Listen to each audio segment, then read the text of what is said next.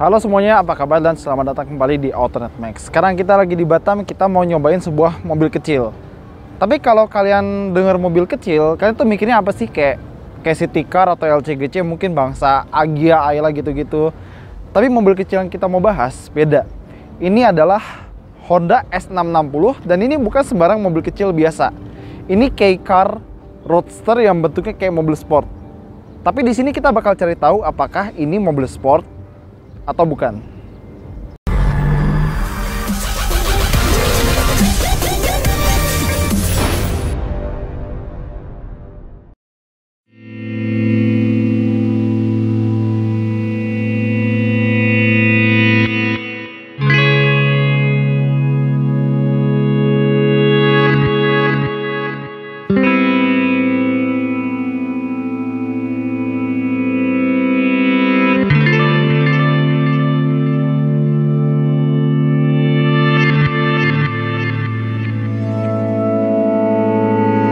Jadi kalau kita lihat si S660 ini, kita nggak perlu lagi ragu ya sama desainnya. Ini udah pasti cakep, imut, futuristik, dan bener-bener eye-catching kalau di jalan. Karena belum tentu kalian sering lihat mobil ini kan. Tapi kalau soal desain kita bisa setuju, tapi sekarang gue mau bahas apa itu K-Car. Jadi K-Car itu kalau kasarnya itu adalah LCGC-nya Jepang. Jadi kalau Indonesia punya LCGC, Jepang punya K-Car atau Keiji Dosa. Jadi K-Car adalah mobil yang dibikin dengan aturan-aturan dari pemerintah dan mendapatkan beberapa keringanan. Jadi kalau K-Car itu panjangnya nggak boleh lebih dari 3,4 meter, lebarnya nggak boleh lebih dari 1,48 meter, dan tingginya nggak boleh lebih dari 2 meter. Mesinnya juga dibatasin. Jadi kalau K-Car di Jepang, dia nggak boleh lebih dari 660 cc, 3 silinder, dan kebanyakan K-Car pakai turbo. Tapi biarpun pakai turbo, tenaga sama torsinya nggak boleh gila-gilaan. Tenaganya maksimal sekitar 63 atau 64 horsepower. Tapi, ada tapinya. Jadi orang Jepang sama orang Indonesia tuh ada kemiripan. Mereka tuh suka nyari, dalam tanda kutip, jalan tikus ya. Jadi biarpun pemerintah udah batasin mesinnya, ukurannya, segala macamnya, tapi bentuk bodinya itu bebas. Terserah sama mereknya mau bikin K-Car kayak gimana. Mau bikin pickup K-Car, boleh. Mau bikin city car, K-Car, ulang ya, boleh. Tapi kalau mau bikin roadster atau sports car bentuk K-Car, nggak ada masalah. Makanya kita punya mobil-mobil kayak AutoZone AZ1, terus ada Suzuki Cappuccino, ada Daihatsu Copen, dan ini Honda S660. Dimana Honda tuh bikin ini sebagai penerus dari Honda Beat. Ini gambarnya salah. Jadi Honda Beat itu adalah sejenis K-Car yang atapnya bisa dibuka. Jadi sama kayak mobil ini. Itu dia. Gue kesel itu di situ. Jadi orang Indonesia kalau dengar Honda Beat itu pasti mikirnya motor. Padahal Honda Beat yang pertama itu mobil, bukan motor. Makanya buat gue Honda Beat roda 2 itu penistaan terhadap yang rodanya 4. Sekarang kita lihat lagi mobil ini, dan karena ini adalah Honda, dia punya solid wing face dan lampu depannya udah LED. Dan ini biarpun kelihatannya kayak ventilasi ya, ternyata ini palsu. Tapi cuma ini doang yang nggak ada fungsinya. Selebihnya mobil ini punya ventilasi atau lubang udara yang ada fungsinya. Sekarang kita bakal lakuin tes Autonet Max buat nguji apakah ventilasi udara yang di sini asli atau palsu. Nah, asli kalau begini, nggak kerasa mentok di dalam. Dan sekarang kita lihat bannya. Dia bannya 15 inci, mereknya Yokohama Advan Neova, ukurannya 15 inci. Tepatnya sih 165 55 R15. Dan emang ya kalau K-Car bannya nggak perlu gede-gede amat karena toh mobilnya juga kecil. Tapi kalau misalnya kita harus ganti ban, saran gue siapin kocek lebih karena ban ukuran ini agak langka di Indonesia. Dan remnya udah jelas lah, cakram depan belakang, ABS, CBD, stability control pasti ada. Jadi nggak usah gue jelasin. Sekarang gue bakal jelasin kalau mobil ini punya headlamp LED di depan kayak yang gue bilang tadi, tapi spionnya masih manual. Jadi kalau di parkiran atau di mall di mana gitu, kita nggak bisa ngelipet secara elektronik, tapi secara manual. Dan udah ngelipetnya begini aja. Tapi gue suka ya bentuk spionnya. Jadi ini dia tuh pipih, dan rumahnya juga tergolong pipih buat ukuran spion biasanya. Tapi kalau misalnya kalian lihat mobil ini, terus lihat spion Honda lain, itu spion Honda lain bakal kerasa kayak generik gitu ya. Satu sama lain modelnya sama. Common part sih, jadi apa boleh buat. Nah, Jadi ini bukan cuma kap mesin. Jadi kalau kalian ingat Bugatti Veyron sama Chiron, ini juga bisa jadi rem udara. Nggak lah, ntar rusak. Kita sanggah dulu.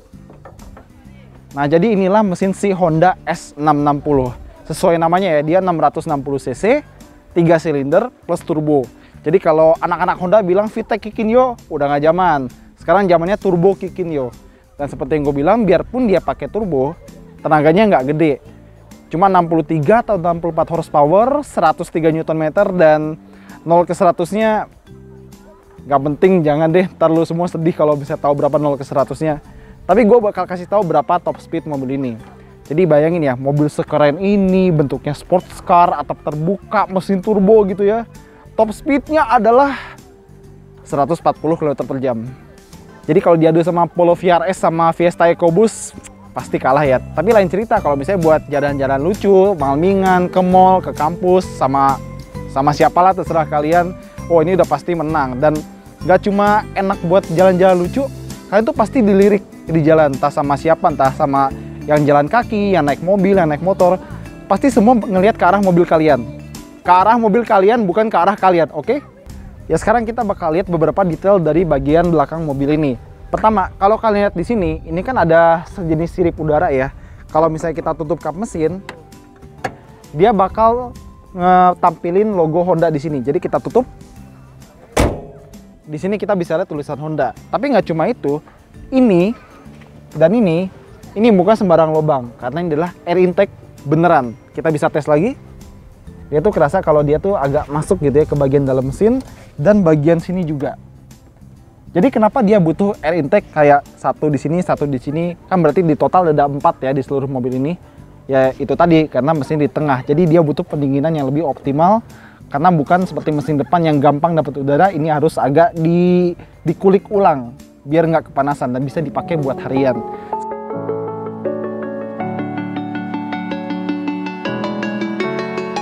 Sekarang kita lihat bagian belakangnya. Jadi ini adalah satu-satunya Honda di dunia yang desain solid wing face-nya itu nggak cuma di depan, tapi ada di belakang. Jadi lihat ya, tarikan garisnya dari sini ke sini terus ke sana lagi, itu bener-bener niru solid wing face-nya Honda. Tapi karena ini di belakang mungkin jadinya solid wing butt kali ya. Terus di sini juga ada ventilasi dan ini asli. Ini gue yakin nih buat buang udara panas dari mesin ke belakang. Dan biar lebih sporty, dia pakai satu knalpot di tengah. Kan kadang kita suka gatel ya, knalpot satu di kanan doang atau di kiri doang, kan kesannya asimetris tuh, gatel gimana gitu. Ini Honda tuh pinter, jadi dia tempatin satu di tengah biar sporty. Ini keren sih, dan gue suka lampunya meskipun belum LED, lampu sennya sama lampu di sininya, tapi penampilannya keren. Dan ini dia pakai mika transparan. Sama kalau kita lihat di bagian atas, dia punya 3 kaca, ada 1, 2, 3. Nah, yang tengah ini selain bisa diturunin sama dinaikin, dia juga bisa buat visibilitas belakangnya. Jadi kalau kita lihat spion tengah, kita lihatnya dari sini. Dan sebenarnya visibilitasnya nggak jelek-jelek amat. Nanti kita lihat ya. Nah, sekarang kita lihat di bagian sini sama sini, kan ada punuk ya. Jadi punuk ini bukan cuma sekedar hiasan doang, dan gue akui mereka memang keren. Ini juga sebagai safety. Jadi kalau amit-amitnya mobil ini kebalik, yang kena aspal duluan itu ini. Jadi kita lebih terlindungi gitu.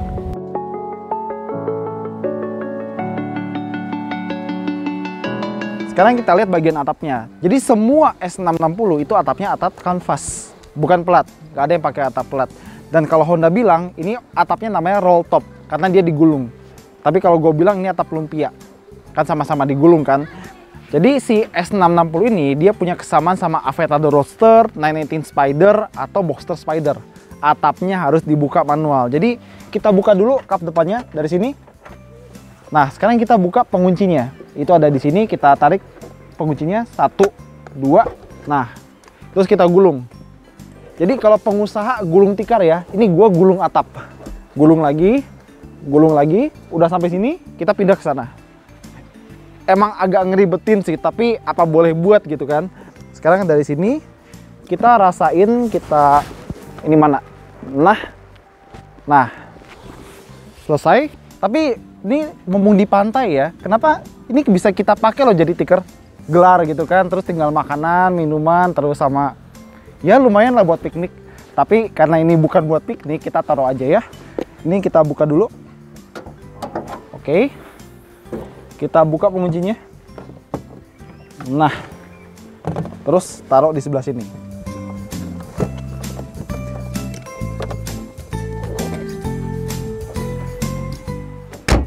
Selesai. Tapi kalau misalnya atapnya disimpan di sini, berarti ini adalah mobil yang nggak punya bagasi.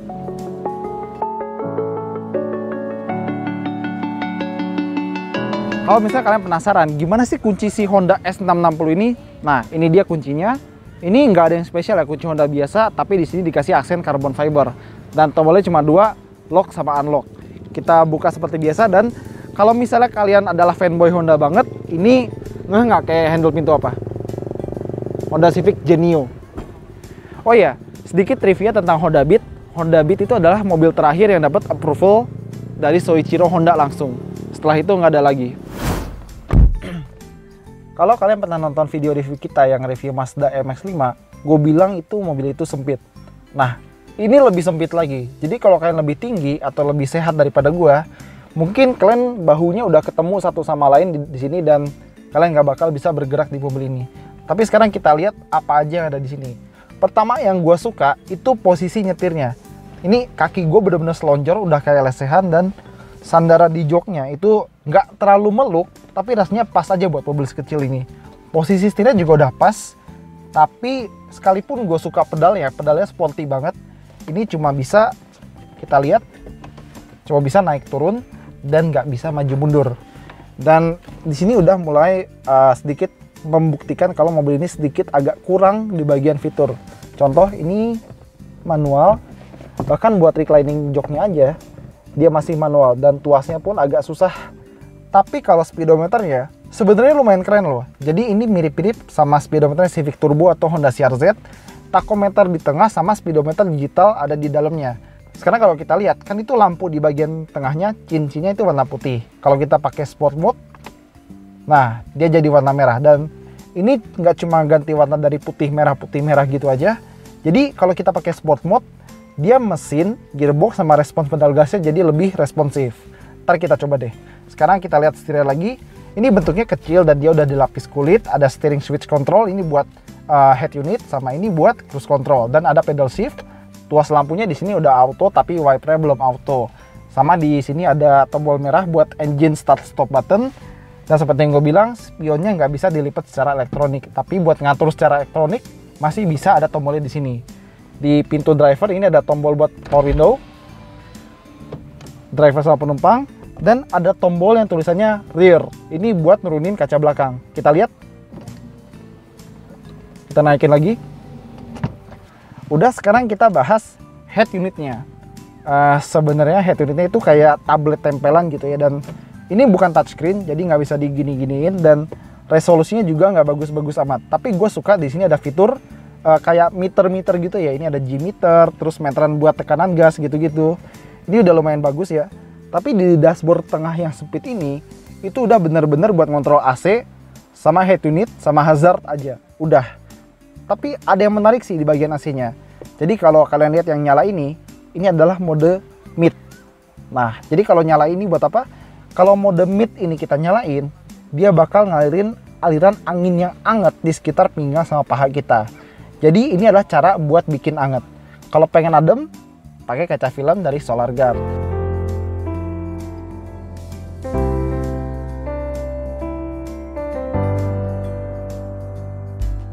Oke, jadi sekarang kita lanjut ke bagian fitur lainnya. Di sebelah sini dia ada USB, HDMI, sama power outlet. Dan ini adalah salah satu kelemahan, mungkin nggak cuma mobil ini, tapi mobil-mobil kecil lainnya. Kantongnya nggak banyak. Jadi selain glove box di sini, yang kapasitasnya juga nggak gede, kita nggak bisa nyimpen barang-barang apapun di mobil ini. Bahkan buat satu gelas aja, itu udah harus masuk di sini. Dan kita nggak boleh bawa barang banyak-banyak. Ini juga kayaknya nggak terlalu berguna. Ini buat nyimpen kunci aja. Udah pas-pasan. Mungkin di sini buat nyimpen receh atau duit atau kartu e-money gitu-gitu. Dan udah. Di pintunya aja nggak ada kantong, cuma ada speaker. Jadi emang bukan mobil yang praktikal ya, mobil sekecil ini. Kayaknya udah ya, kita langsung test drive.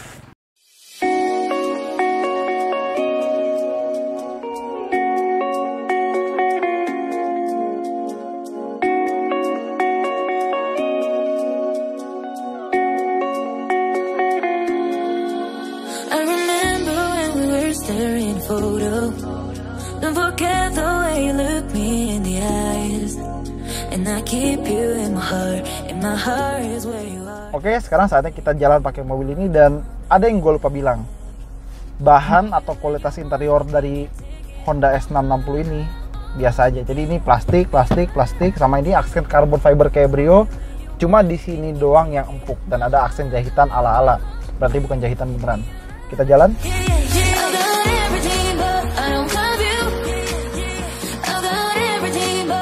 Kalau misalnya kalian kepo, ini bahkan dalam keadaan atapnya dipasang, kacanya ditutup semuanya, suara mesinnya tuh masih masuk banget. Dan jujur aja, suara mesinnya nggak enak, tapi suara turbonya enak. Jadi kalau kita gas kayak gini, tuh ada suara dari turbonya. Sekali lagi, suara mesinnya nggak enak, tapi suara turbonya enak. Sekarang kita coba sekali lagi.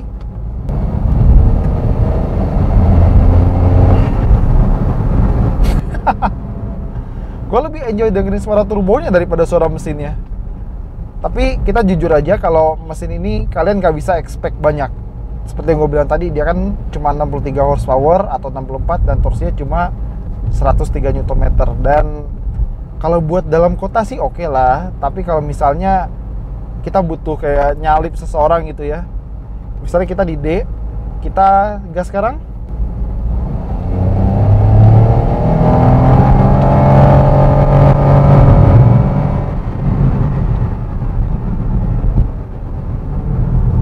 Larinya sih, ya mobil ini bisa jalan, tapi nggak bisa lari. Ya larinya tuh oke lah, tapi nggak sekencang sports car pada umumnya.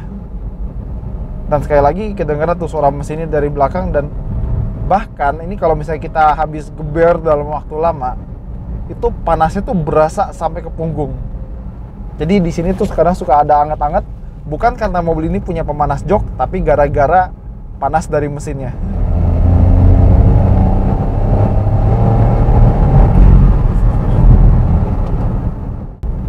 Ini benar-benar ada suara drone khas CVT yang putarannya cuma konstan, dia cuma ngeng gitu aja, manteng, konstan, dan gak naik-naik lagi.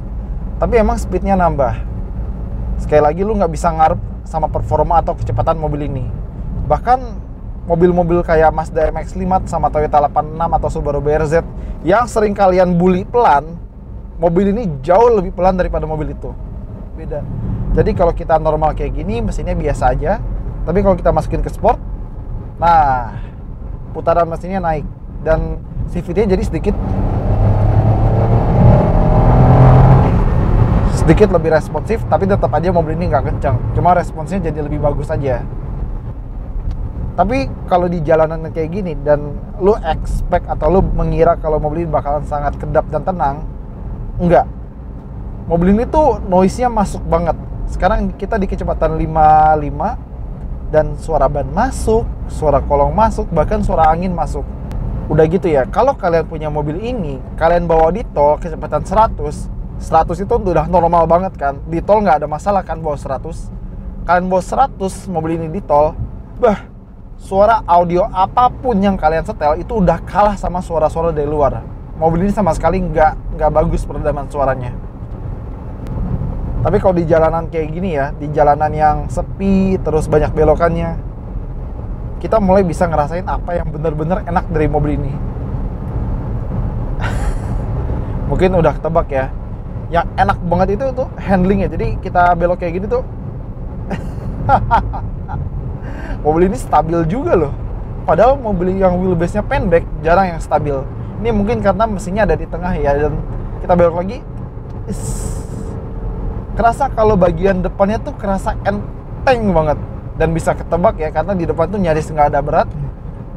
Mungkin mobil ini bukan Mazda MX-5 dan bukan 86, tapi gue bisa ngerasain sedikit elemen fun to drive yang ada di mobil ini. Sekarang kita misalnya belok, kita kecepatan 40 aja. Gile, ini mobil ya berasa gesit, lincah, dan bener-bener fun to drive. Dia tuh nurut banget sama driver ya. Polisi tidur bentar, set. Nah, bantingannya emang agak keras ya, jadi mungkin nggak terlalu recommended pakai mobil ini buat jalan keriting. Tapi kalau buat jalan mulus, fine, very very fine. Bahkan kalau kita ngelewatin jalanan yang kayak gini ya, kita bakal ngerasa kalau bantingan mobil ini sedikit agak keras ya. Tapi sebenarnya gue udah expect, karena sekali lagi kalau di Jepang ini mobil murah dan mereka pasti nggak berani invest banyak buat kayak peredaman atau bantingan segala macam. Nah, kita lihat polisi tidur. Kalau lewat di kecepatan 5 km per jam kayak gua tadi sih nggak masalah. Tapi kalau lebih kencang dari itu, gua rasa selain kalian bakal ngerasain bantingan yang keras, mungkin malah gasruk, karena ground clearance-nya juga nggak gede-gede amat. Tapi mungkin karena emang kecil, dia tuh kerasa gesit, lincah, dan nurunnya tuh jempolan. Dan gue suka setirnya, bobotnya pas, responsnya bagus, akurasinya oke. Sedikit agak kurang feedback, tapi wah, untuk mobil sekecil ini dan seringan ini setirnya udah mantep banget. Tapi sebenarnya kalau kita bejek terus mobil ini sampai limitnya, kalau kita belokin paksa itu bakal kerasa sedikit understeer. Tapi di situ doang. Kalau misalnya kita bisa baca apa maunya mobil ini benar-benar kerasa fun to drive. Terus kita bakal ngomongin soal harganya di Batam dan di Jakarta. Kalau di Batam mobil ini harganya sekitar 400 juta. Kalau di Jakarta, gue tanya ke beberapa dealer importir umum, harganya itu sekitar 850 juta sebelum pajak. Mahal ya buat mobil yang di sana itu mobil murah. Tapi mungkin emang itu harga yang harus dibayarkan buat mobil imut yang lucu, tapi nggak praktis, tapi sangat fun to drive ini. Meskipun nggak kencang, tapi mobil ini fun. Asik banget mobil ini.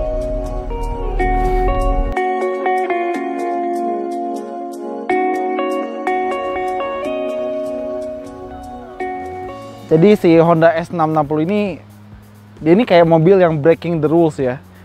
Jadi mobil yang murah kayak car Jepang sama LCGC Indonesia kan stereotipnya bosening gitu kan, cuma hatchback 5 pintu atau gitu-gitu doang. Ini beda. Ini boleh statusnya kayak car, tapi dia tuh bisa tampil beda dengan gaya yang lebih sporty, meskipun dia bukan mobil sport. Tapi emang gayanya tuh sporty banget dan gak banyak pabrikan yang berani begini. Paling kalau sekarang cuma Honda sama Daihatsu kan. Tapi dengan dia berani mendobrak begini, statusnya beda. Biasanya mobil murah kan kita beli karena kita butuh mobil. Ini dibeli karena kita pengen mobil. Sekali lagi coba kalian ingat, mobil ini tuh nggak praktis, nggak murah, bahannya juga nggak bagus-bagus amat, nggak lega, sama tenaganya juga nggak kenceng. Tapi begitu kita rasain mobil ini, minimal buat kita sendiri deh, kita belok-belok di jalanan yang kayak di Batam sini kan, ini jalannya bagus banget.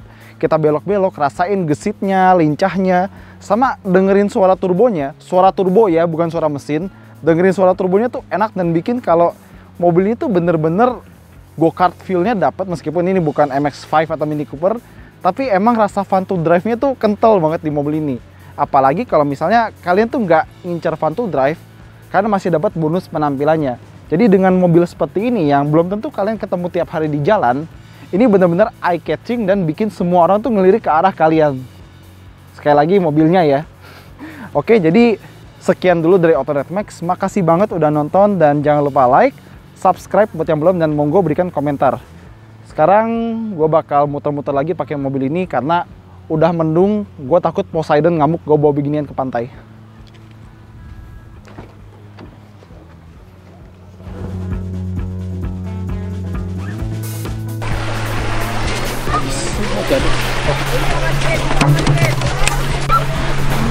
Benesin.